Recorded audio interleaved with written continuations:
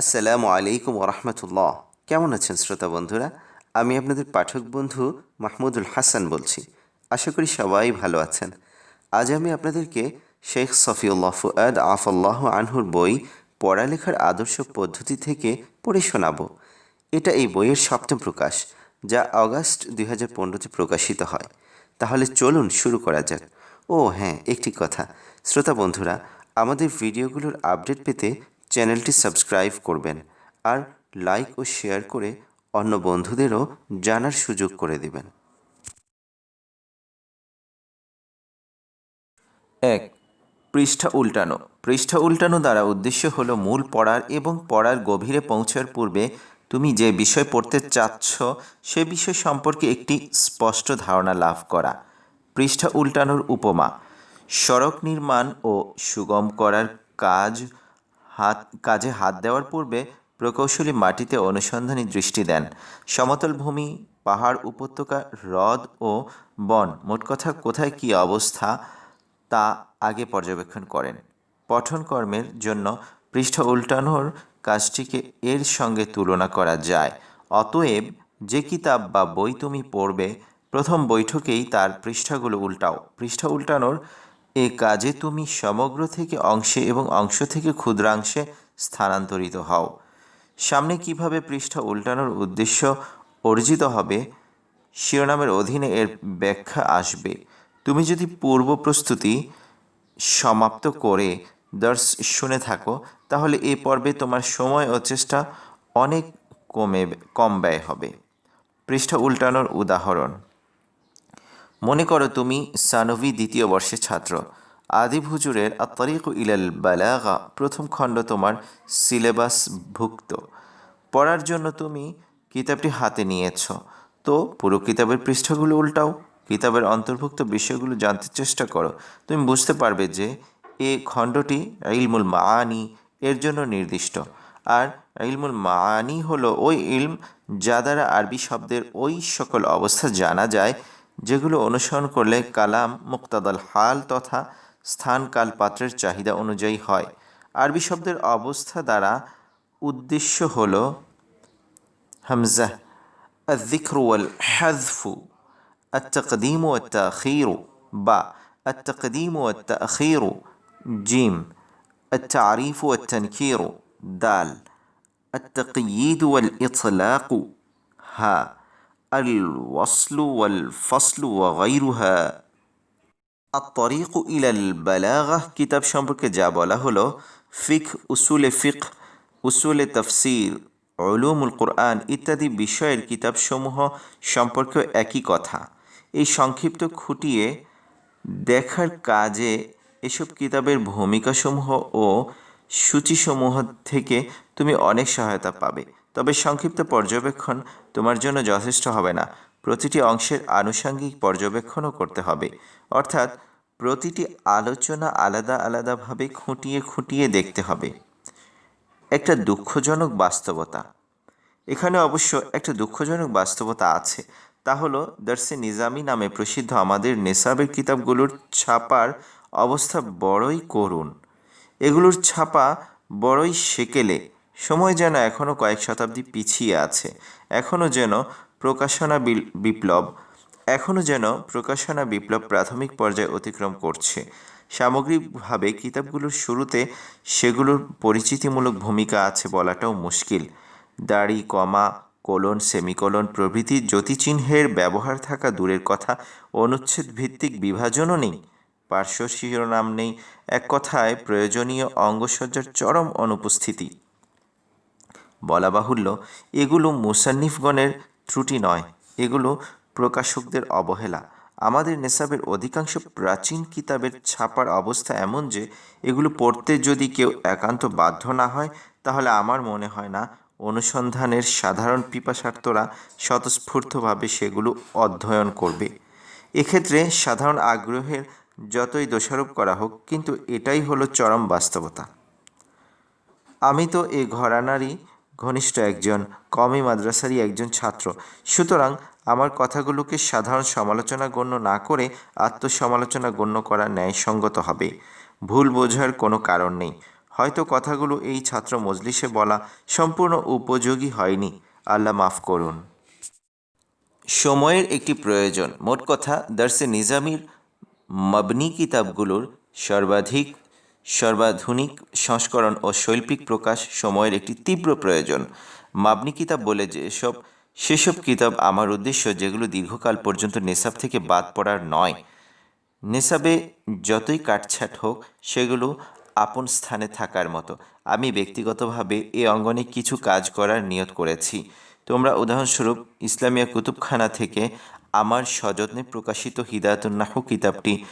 হিদায়াতুন নাহু কিতাবের অন্যান্য সংস্করণের সঙ্গে মিলিয়ে দেখো। এই মজলিসে এই আলোচনা করা দ্বারা আমি আশা করি তোমাদের অনেকের মনেও ভবিষ্যতে এই অঙ্গনে কাজ করার একটি চেতনা জাগ্রত হয়েছে। আল্লাহ আমাদের সকলকে মুরব্বীদের তত্ত্বাবধানে দিলের সব নেক তামান্না ইসলামের সাথে পুরো করার তৌফিক দান করুন। আর তিনি আমাদের দিলে ভালো ভালো অনেক ইচ্ছের ইলহামও করুন, আমিন। পৃষ্ঠা উল্টানোর অবশিষ্ট আলোচনা। কথা চলছিল উন্মুক্ত লেখাপড়ার পৃষ্ঠা উল্টানো পর্ব প্রসঙ্গে, যার জন্য আমি খুঁটিয়ে দেখা, পর্যবেক্ষণ করা প্রভৃতি শব্দ ব্যবহার করলাম। আমাদের কিতাবগুলোর প্রচলিত সংস্করণগুলো যে সূচিপত্র ও পার্শ্ব শিরোনাম থেকে সম্পূর্ণ বঞ্চিত তাও তো নয়।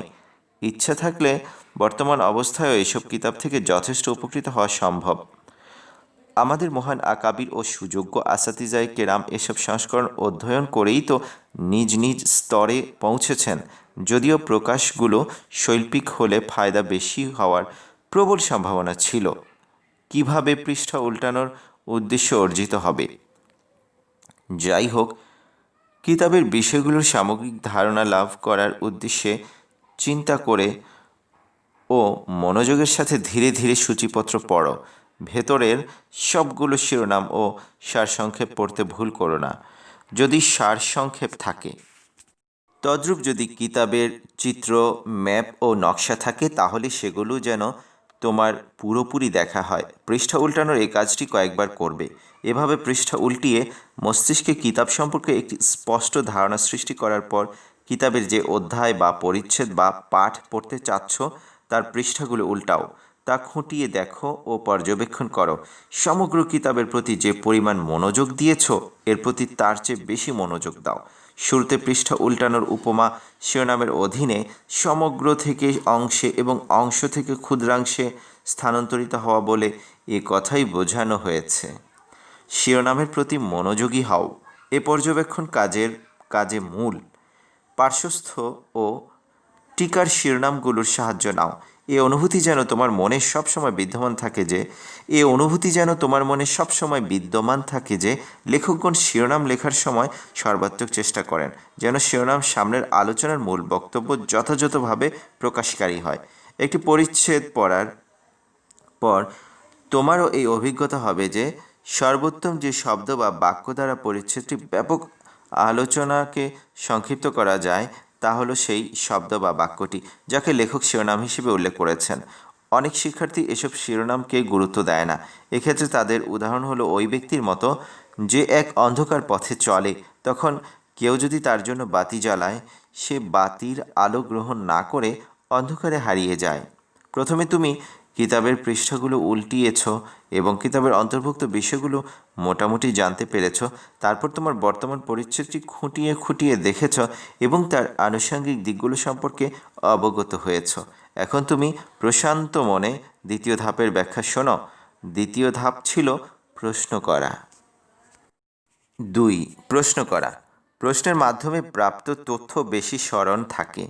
জ্ঞানার্জন ও তথ্য লাভের ক্ষেত্রে প্রশ্ন করার ভূমিকা সবচেয়ে বেশি। ইতিহাস সাক্ষী, মানুষ অধিক গুরুত্বপূর্ণ যেসব জ্ঞান অর্জন করেছে সেগুলো ছিল বিভিন্ন প্রশ্নের উত্তর। যে প্রশ্নগুলো তারা নিজেকে বা অন্যকে করেছে।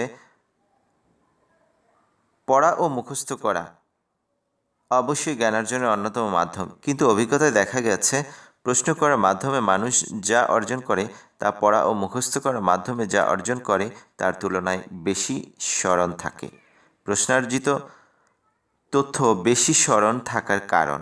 প্রশ্নের এই ভূমিকা ও অবদান অবশ্য এমনিতেই নয়। প্রশ্নের ভূমিকা সবচেয়ে বেশি হওয়ার যুক্তিসঙ্গত কারণ আছে। তা হলো প্রশ্ন করতে হলে বিষয় নিয়ে আন্তরিকভাবে চিন্তা করতে হয়। মস্তিষ্কে বিষয়টির একটি ছবি তৈরি করতে হয়, ফলে বিষয়টি মস্তিষ্কে একটি স্থান করে নেয়। যার কাছে প্রশ্ন থাকে তার কাছে লক্ষ্য থাকে। প্রশ্নের সবচেয়ে গুরুত্বপূর্ণ যা থাকে তা হলো প্রশ্ন শিক্ষার্থীর জন্য একটি লক্ষ্য স্থির করে। এই কারণেই তোমার কানে এই কথাটি বারবার বলতে চাই, তোমাকে বারবার স্মরণ করাতে চাই, যার কাছে প্রশ্ন থাকে তার কাছে লক্ষ্য থাকে। হাদিসের আলোকে প্রশ্নের গুরুত্ব। প্রশ্নের ভূমিকা এত বেশি যে হাদিস শরীফে রাসূলুল্লাহ সাল্লাল্লাহু আলাইহি ওয়াসাল্লাম ইরশাদ করেছেন, ইন্নামা শিফাউল আইয়্যি সুআলু, অর্থাৎ না জানার চিকিৎসা হলো প্রশ্ন করা। তিনি আরও ইরশাদ করেছেন, হুসনুস সুআলি নিসফুল ইলমি, অর্থাৎ সুন্দর প্রশ্ন জ্ঞানের অর্ধেক। যার কাছে প্রশ্ন থাকে তার লক্ষ্য থাকে, এ কথার ব্যাখ্যা। যার কাছে প্রশ্ন থাকে তার লক্ষ্য থাকে, এর ব্যাখ্যার জন্য উদাহরণস্বরূপ বলবো, এই আলোচনাগুলো যখন আল্লাহর তাওফিকে বই আকারে বের হবে আর তুমি বইটি সংগ্রহ করে পড়তে বসবে, তখন হয়তো তুমি মুক্ত মনে বইটির পড়া শুরু করবে। সামনে কি লেখা আসছে তার অপেক্ষায় থাকবে, অথবা প্রশ্নে ভারাক্রান্ত অবস্থায় পড়া আরম্ভ করবে। তোমার মনে অনেক প্রশ্ন দানা বেঁধে আছে। বইটি পড়ে তুমি সেসব প্রশ্নের উত্তর জানতে চাচ্ছ। যেমন তুমি মনে মনে বলছো, 1. লেখাপড়া বিষয়টি কি? 2. লেখাপড়া করা ও পাঠ করা এ দুইয়ের মধ্যে পার্থক্য কি? 3. লেখাপড়া করা কি এক জিনিস আর পাঠ করা কি অন্য জিনিস? 4. লেখাপড়া ও গবেষণা করা বিষয়দ্বয়ের মধ্যে কি পার্থক্য? 5. লেখাপড়া ও গবেষণা এই বিষয়গুলো কি একই শিকলের বিভিন্ন আংটা, না শুধুই এমন কিছু বিষয় যেগুলোর মধ্যে পারস্পরিক কিছু সম্পর্ক আছে? বইটির শুধু নাম দেখে তোমার মনে এ ধরনের অনেক প্রশ্ন জাগতে পারে। প্রশ্ন করার পর্ব কখন আরম্ভ হয়? উন্মুক্ত পড়ালেখার পর্বগুলো যেভাবে বিন্যস্ত করা হয়েছে তা থেকে দৃশ্যত ধারণা হয় যে প্রশ্ন করার পর্বটি পৃষ্ঠা উল্টানোর পর্বের পর শুরু হয়, কিন্তু বাস্তবতা এমন নয়। প্রশ্ন করার পর্বটি মূলত পৃষ্ঠা উল্টানোর পর্ব শুরু হওয়ার সঙ্গে সঙ্গে আরম্ভ হয়, কারণ আগেই বলা হয়েছে প্রশ্ন করাই হলো জ্ঞানার্জন ও শিক্ষা গ্রহণের সবচেয়ে কার্যকর মাধ্যম এবং লেখাপড়া ও পড়াশোনার শ্বাস ও মগজ। উদাহরণস্বরূপ, বালাগাতের কিতাবে তুমি আল কিনায়া এর আলোচনা পড়বে, পৃষ্ঠা উল্টানোর পর্বে আছো, তো নিজেকে এই প্রশ্ন করো, 1. আল কিনায়া এর আভিধানিক ও পারিভাষিক অর্থ কী? 2. আভিধানিক ও পারিভাষিক অর্থদ্বয়ের মধ্যে পার্থক্য কী? 3. কিনায়া আল হাকিকা এর অন্তর্ভুক্ত, না আল মাজাজ এর অন্তর্ভুক্ত? 4. যদি আল মাজাজ এর অন্তর্ভুক্ত হয় তাহলে আল কিনায়া ও আল ইস্তিআরা এর মধ্যে কী পার্থক্য?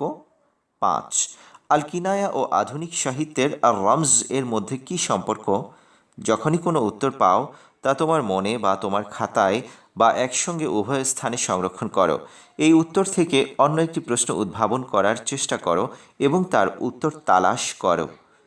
তুমি লক্ষ্য করবে বহু প্রশ্ন তোমার উপর ঝাঁপিয়ে পড়ছে, এবং যখনই তুমি নিজেকে এক প্রশ্নের উত্তর দিয়েছ তা তোমাকে একটি নতুন প্রশ্ন তৈরি করতে উদ্বুদ্ধ করছে। প্রশ্ন তৈরি করার দক্ষতা অর্জনের উপায়। এটাও বাস্তব যে প্রশ্ন তৈরি করা সহজ কাজ নয়, তা অবশ্যই এমন কাজ যা অনুশীলন, সময় ও চেষ্টা সাপেক্ষ, তবে তার সুফল এত অধিক যে তা অর্জন করার সকল চেষ্টাকে আনন্দকর ও তৃপ্তিদায়ক বানিয়ে দেয়। প্রশ্ন তৈরি করার দক্ষতা অর্জনের জন্য তোমরা একটি কাজ করতে পারো। অনেক লেখক তাদের কিতাবের পরিচ্ছেদগুলোতে প্রশ্নমালা সংযোজন করেন। সেসব প্রশ্ন মনোযোগ সহকারে পড়ো, তাহলে তুমিও সেভাবে প্রশ্ন তৈরি করতে সক্ষম হবে ইনশাআল্লাহ। প্রশ্ন তৈরির প্রতি সিলেবাসের বই সংকলনকারীগণের গুরুত্বারোপ। শোনো,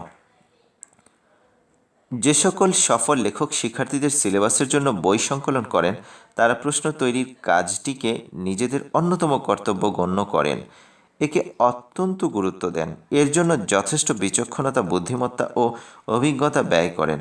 ইসলামিয়া কুতুবখানা, ঢাকা থেকে আমার সযত্নে প্রকাশিত হিদায়াতুন নাহু, কাসাসুন নবিয়্যিন, আল ফিকহুল মুয়াস্সার ও আল কিরাআতুর রাশিদা কিতাবগুলো উদাহরণস্বরূপ নাড়াচাড়া করে তোমরাও অভিজ্ঞতা অর্জন করতে পারো। প্রশ্নমালা কখন পড়বে? কিতাব ও বইয়ে যদি প্রশ্নমালা থাকে সেগুলো পরিচ্ছেদ পড়ার পরে তো পড়বেই, মূল পড়ার আগেও পড়ে নেবে। তাহলে পরে কি কি প্রশ্নের উত্তর বের করতে হবে তা তোমার আগেই জানা হয়ে যাবে। আর সে আগের কথাটি সবসময় স্মরণ রাখবে। যার কাছে প্রশ্ন থাকে তার কাছে তার লক্ষ্য থাকে। কাসাসুন নাবিয়িন পড়ার পদ্ধতি।